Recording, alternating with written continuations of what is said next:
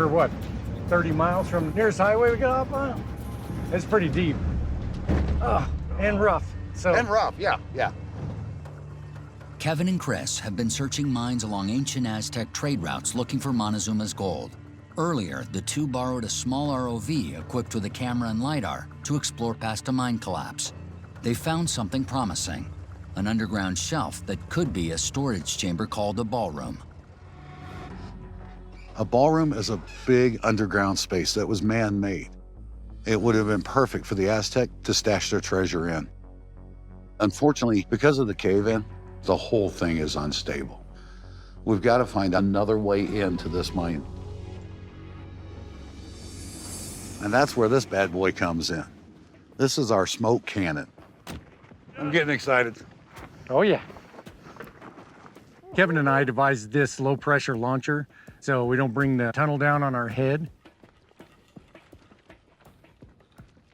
All right. We're gonna send smoke bombs 150, 200 feet past the cave-in where we can't go. The plan is to trek 500 feet down to the cave-in area to place smoke markers as deep in the mine as possible. If successful, the smoke will breach the surface, indicating another entrance.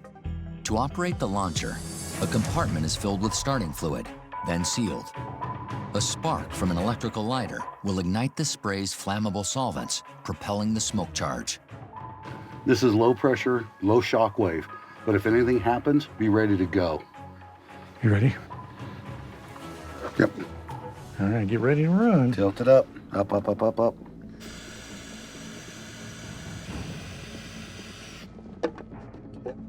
Got it? Lighting.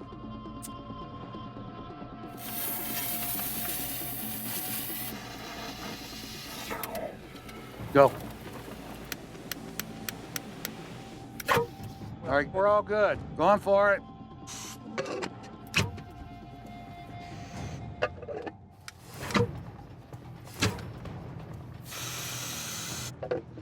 Okay. No. Okay, we gotta go. Grab your bag.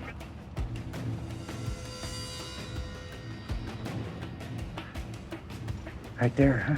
Okay. For the best shot at success, Kevin and Chris flood the mine with as much smoke as possible by setting additional charges as they exit.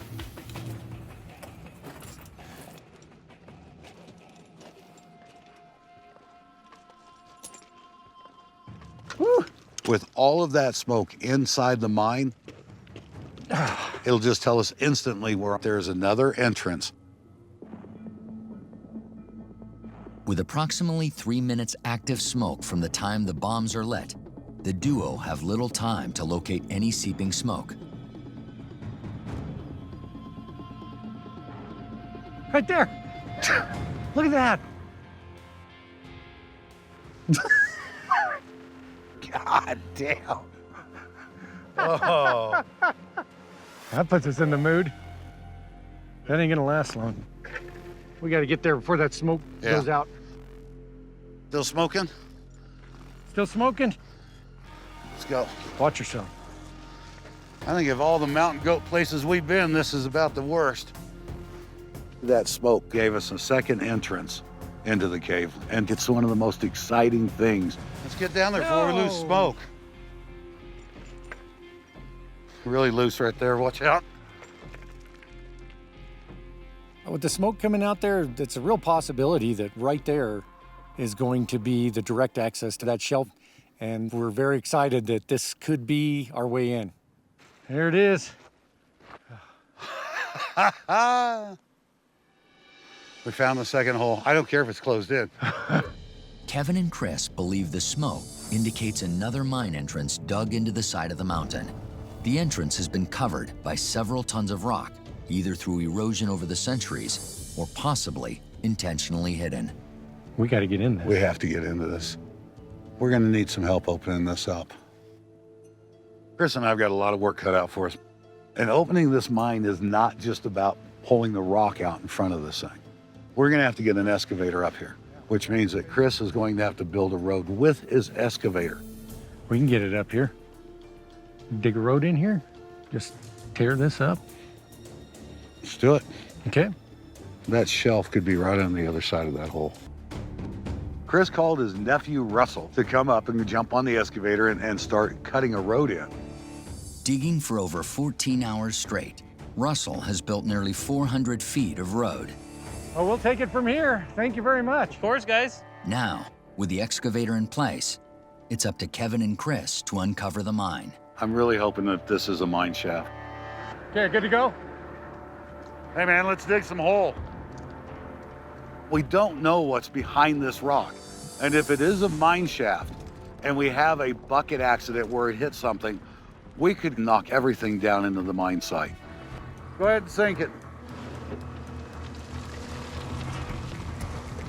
That's a good move. Still seeing a lot of rock face. A lot of rock face. Okay, I'm looking at a rock on the left side. I don't want to break it.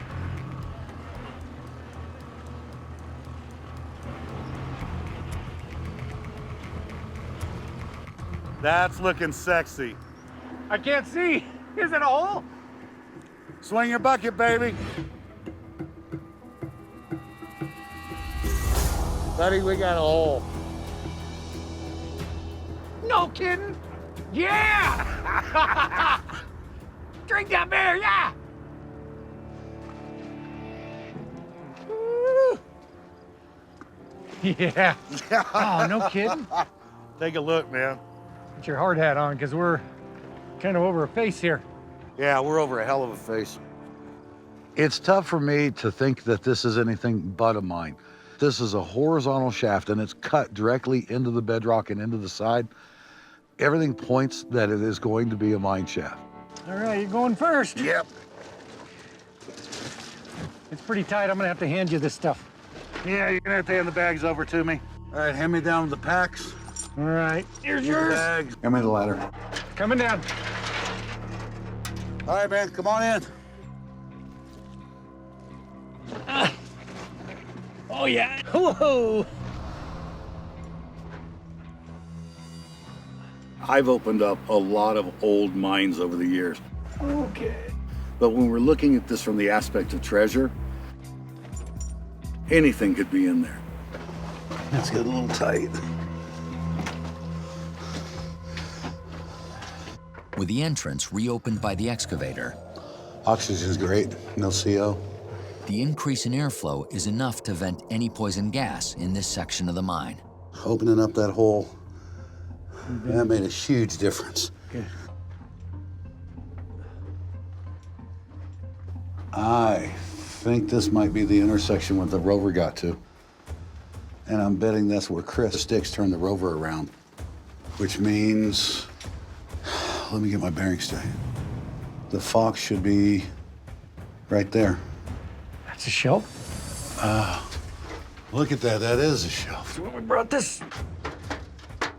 That's a perfect place to hide a treasure. Above that shelf, we got a nice sized chamber. Ballroom. Maybe.